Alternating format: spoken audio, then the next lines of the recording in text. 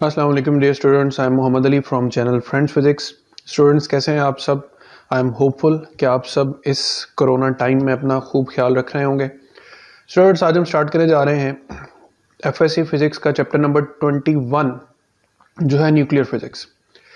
इस चैप्टर की मैं आपको जो स्टार्टिंग लेक्चर है वो बिल्कुल बेसिक से जो है वो स्टार्ट करेंगे, बहुत ज़्यादा डिटेल्ड नहीं होगा। आप लोगों ने पूरा सुनना है ताकि इससे आगे जितना न्यूक्लियर फिजिक्स कॉन्सेप्ट चलेगा उसको आप अच्छे तरीके से अंडरस्टैंड कर सकें।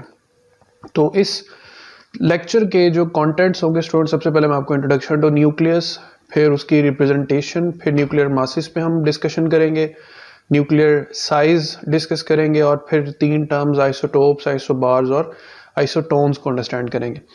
तो सबसे पहले इंट्रोडक्शन में एक शॉर्ट से हिस्ट्री स्टूडेंट्स कि ये रहे हेनरी बैकरल। हेनरी बैकरल जो है उन्होंने सबसे पहले रेडियो एक्टिविटी डिस्कवर की थी एक यूरेनियम सॉल्ट से। ठीक है, इससे हमें आइडिया मिल गया कि एटम के अंदर कोई एक हिडन पार्ट है जिसमें से रेडियो एक्टिविटी इमिट हो रही है। फिर उसी आइडिया को यूज़ किया अर्नेस्ट रदरफोर्ड ने और अपने एक famous alpha particle scattering experiment में, जो कि गोल्ड फॉयल को यूज़ करके एक्सपेरिमेंट परफॉर्म किया था। इसकी डिटेल आप इंटरनेट से इजीली सर्च कर सकते हैं। उस फेमस एक्सपेरिमेंट से ही discovered nucleus as well as proton. उन्हीं के एक कोलीग जो जेम्स चैडविक हैं, उन्होंने अपनी एक्सपेरिमेंटल जो है प्रोसेस में न्यूट्रॉन डिस्कवर किया। तो स्टूडेंट्स, न्यूक्लियस के 2 मेजर पार्ट्स जो थे वो इन दोनों ने डिस्कवर किए, एक प्रोटॉन और एक न्यूट्रॉन। रेडियो एक्टिविटी जो है उसको जब इलेक्ट्रिक फील्ड से पास किया गया तो alpha particle was deflecting towards negative charge, gamma radiation was having no deflection and beta particles were deflecting towards positive plate। तो इस तरीके से उन तीनों रेडिएशन के हमें चार्जेस और फिर आगे फर्दर एनालिसिस से मासेस भी पता चले। तो ये है एक छोटी सी हिस्ट्री कि न्यूक्लियस तक हमने पहुंचे कैसे हैं। उसके बाद एटम एंड न्यूक्लियस। अब एटम से लेकर न्यूक्लियस तक के कुछ यहाँ पे पॉइंट्स लिखे हैं स्टूडेंट्स के। एक atom highly dense central nucleus और ऑर्बिट्स पर मुश्तमिल है। न्यूक्लियस के अंदर मेजरली प्रोटॉन्स और न्यूट्रॉन्स तो होते हैं, लेकिन और भी बहुत सी फैमिलीज ऑफ पार्टिकल्स होती हैं। ये फैमिलीज ऑफ पार्टिकल्स समझने के लिए आई विल सजेस्ट स्टूडेंट्स कि आप इस चैप्टर का जो लास्ट टॉपिक है forces and particles, in short वो ऐसा लेक्चर है जो हर फिजिक्स पढ़ने वाले या साइंस से लगाव रखने वाले शख्स के लिए ज़रूरी है, क्योंकि मैंने उसमें बहुत ब्रीफली तमाम पार्टिकल्स और फोर्सेस ऑफ नेचर को इकट्ठा करके दिखाया। फिर proton and neutrons are made up of quarks. यहाँ पर एक पूरा सीक्वेंस आपको नज़र आ रहा है कि एटम है, एटम में ये ऑर्बिट कर रहे हैं इलेक्ट्रॉन्स। फिर सेंट्रल पार्ट है न्यूक्लियस, न्यूक्लियस में प्रोटॉन्स और प्रोटॉन्स भी आगे further are made up of quarks. तो आप गौर करें, इलेक्ट्रॉन और क्वार्क्स दोनों का साइज है सेम। तो चार्ज की बात करें तो proton is positively charge particle, neutron is a neutral particle. But masses की बात करें तो न्यूट्रॉन जो है वो स्लाइटली हैवियर देन प्रोटॉन है, एग्जैक्ट इक्वल टू प्रोटॉन नहीं है। बट हम बड़े पे जब जनरली बात करते हैं तो हम कहते हैं कि both have nearly same masses, but remember neutron is slightly heavier than proton. Nucleus चूंकि पॉजिटिव चार्ज कंटेन करता है, पॉजिटिव चार्जेस एक दूसरे को रिपेल करते हैं, बट न्यूक्लियस के अंदर एक बहुत ही ताकतवर फोर्स जिसे स्ट्रॉन्ग न्यूक्लियर फोर्स कहा जाता है, वो न्यूक्लियस को होल्ड करती है इकट्ठा। तो ये हो गया एटम और न्यूक्लियस का एक छोटा सा इंट्रोडक्शन। अब आते हैं कि किसी भी एलिमेंट को हमें रिप्रेजेंट कैसे करना है न्यूक्लियर फिजिक्स में। तो स्टूडेंट्स, ये आपके पास एटम का स्ट्रक्चर है, इसमें न्यूट्रॉन्स और प्रोटॉन्स हैं। प्रोटॉन्स जो हैं उससे आइडेंटिफिकेशन होती है किसी भी एलिमेंट की। तो हमने करना ये है कि हमारे पास कोई भी एलिमेंट है, लेट्स से यूरेनियम है, तो हम यूरेनियम को इस x की जगह पर रिप्रेजेंट करेंगे। हम यहाँ पे u लिख देंगे, तो इसका मतलब ये जो x है ये यहाँ पर एलिमेंट को शो कर रहा है। इसके लेफ्ट बॉटम में हम z लिखेंगे, where z is the atomic number और z is the number of protons in a nucleus. Upper side पे हम a लिखेंगे, where a is uniquely the total number of nucleons, यानी प्रोटॉन्स और neutrons की टोटल तादाद को हम जो है मास नंबर कहेंगे। अब स्टूडेंट्स, नीचे एटॉमिक नंबर यानी नंबर ऑफ प्रोटॉन्स है, ऊपर a जो प्रोटॉन्स प्लस न्यूट्रॉन्स हैं। अब अगर हमने किसी एलिमेंट के नंबर ऑफ न्यूट्रॉन्स निकालने हो तो व्हाट डू यू सजेस्ट, हम क्या करेंगे, हम सिंपली ए में से जी को माइनस कर देंगे। तो यही एक एग्जांपल आगे मैंने दिखाई भी है कि बहुत से मैंने 4 एलिमेंट्स जो है मैंने यहाँ पर शो किए हैं, उनका मास नंबर और उनका प्रोटॉन नंबर। तो उनमें याद रखें एक न्यूट्रल एटम में जितने प्रोटॉन्स होंगे उतने इलेक्ट्रॉन्स होंगे। तो अगर प्रोटॉन्स 55 है तो इलेक्ट्रॉन्स भी 55, प्रोटॉन्स 27 है तो इलेक्ट्रॉन्स भी 27। अब हमें अगर न्यूट्रॉन्स फाइंड करने हैं तो स्टूडेंट्स 132 में से 55 को माइनस करेंगे तो ये न्यूट्रॉन्स, 59 में से 27 को माइनस करेंगे तो न्यूट्रॉन्स। चलें आपको मैं एक ड्रिल देता हूँ।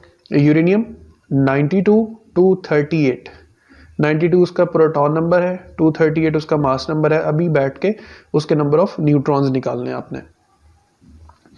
इसके बाद स्टूडेंट्स हम आते हैं न्यूक्लियर मासेस पर। तो न्यूक्लियर फिजिक्स में स्टूडेंट्स मास को रिप्रेजेंट करने के लिए हम एक अलग स्टैंडर्ड जो है वो इस्टेब्लिश करते हैं, और वो स्टैंडर्ड है 1/12 of mass of carbon atom. ठीक है, ये उसका एक प्रोसीजर यहाँ पे गिवन है। तो ये 1/12 of mass of carbon atom जो है ना स्टूडेंट्स, इसको हम कहते हैं AMU, एटॉमिक मास यूनिट, और इसे सिंपली U से भी डिनोट करते हैं, यानी यूनिफाइड एटॉमिक मास। अब यहाँ पर ये प्रोसीजर गिवन है कि the mass of 1 carbon atom is 12 gram divided by Avogadro numbers. तो यहाँ से अगर हम 1 AMU, इस डिजिट को हम 1 AMU अगर फाइंड करना चाहते हैं तो it is 1/12 of mass of 1 carbon atom, यानी एक कार्बन एटम का भी 1/12 ऑफ मास जो है उसको हम नाम देंगे 1 AMU का। अब देखिए कार्बन में टोटल कितने पार्टिकल्स होते हैं, 12। तो हम इस पूरे कार्बन एटम को 12 ही से डिवाइड कर रहे हैं ताकि हमें किसी एक एलिमेंट, एक पार्टिकल का मास मिल सके। तो उस एक स्टैंडर्ड मास को हम नाम देंगे 1 AMU। इसकी वैल्यू याद रखनी है 1.66।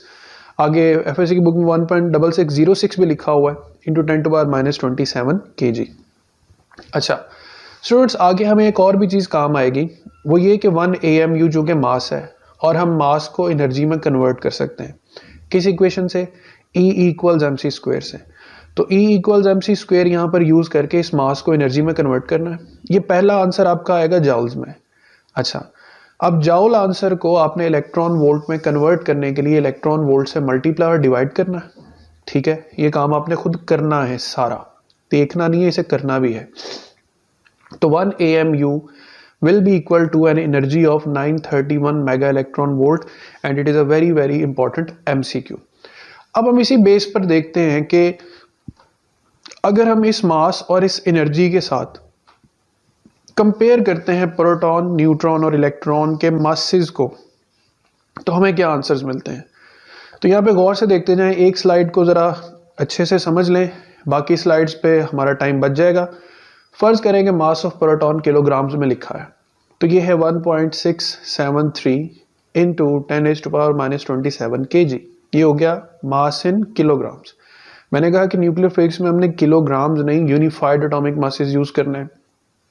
तो करना ये है कि मास ऑफ प्रोटॉन को स्टूडेंट्स 1U से मल्टीप्लाई भी करना है और उसकी वैल्यू से डिवाइड भी करना है। अब किलोग्राम से किलोग्राम, -27 पावर से -27 पावर कैंसिल, इन दो डिजिट्स को जब डिवाइड किया जाएगा तो आंसर आएगा 1.007276 U। तो अब से ऑनवर्ड न्यूक्लियर फिजिक्स में हम ये वाला जो मास है प्रोटॉन का वो यूज करेंगे, बाइंडिंग एनर्जी में यूज होगा, इसी तरह आगे ये न्यूक्लियर रिएक्शंस में यूज होगा। अच्छा, अब इसी एनर्जी को अगर हमने मास में कन्वर्ट करना है तो पहले तो यही मास लिख लें। अब आपको ये जानना है कि एक प्रोटॉन की रेस्ट मास एनर्जी कितनी है, यानी एक प्रोटॉन कितनी एनर्जी से बना हुआ है। तो आपने यही वैल्यू 0.007276 के आगे जो U लिखा है, अभी पिछली स्लाइड पे हमने U की वैल्यू फाइंड की थी एनर्जी में 931 मेगा इलेक्ट्रॉन वोल्ट। तो students, energy of a proton will be 938.27 mega electron volt. अब यही सेम प्रोसीजर्स मैं आपको सिर्फ दिखाऊंगा, आप इस स्लाइड का स्क्रीनशॉट ले सकते हैं कि देखें मास ऑफ न्यूट्रॉन kg में, फिर यूनिफाइड एटॉमिक मास में, और फिर उसकी एनर्जी जो है वो उसी तरीके से कैलकुलेट की हुई है। सेम यही मेथड मैंने अप्लाई किया इलेक्ट्रॉन पर, उसका मास, फिर यूनिफाइड मास और फिर energy in mega electron volts. और फिर फर्दर स्टूडेंट्स मैंने एक स्लाइड में ये सारी की सारी इंफॉर्मेशन जो है वो प्लेस कर दी है, जिसमें आप इलेक्ट्रॉन के किलोग्राम्स में, यूनिफाइड एटॉमिक मासेस और उनके जो एनर्जी लेवल है उसको मेमोराइज कर सकते हैं। इसके बाद न्यूक्लियर साइजेस पे हैं, तो मैं आपको कुछ इंपॉर्टेंट इक्वेशंस बता रहा हूँ स्टूडेंट्स कि अगर आपने किसी भी न्यूक्लियस का रेडियस फाइंड करना हो तो ये उसकी एक जनरल इक्वेशन है, r is equal to r naught a power 1/3।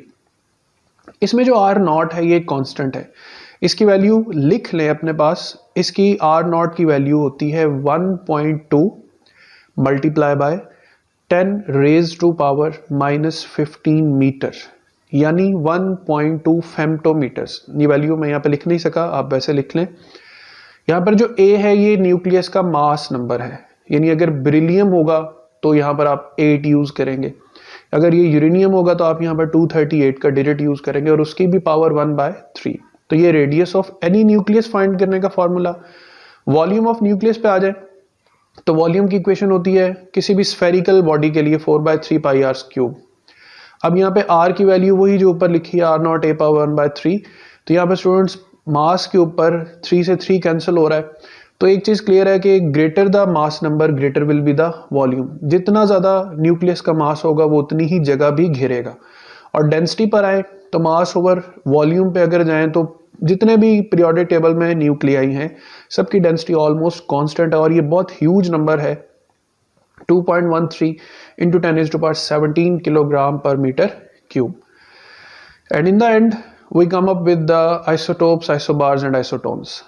तो स्टूडेंट्स आइसोटोप्स आप बेसिक डेफिनेशन सब जानते हैं कि elements having same atomic numbers but different mass numbers. तो यहाँ पर आप देखें कि आइसोटोप्स की एग्जांपल्स हैं कि 92, 92, 92 same atomic number but different mass number, तो ये यूरेनियम के आइसोटोप्स हैं।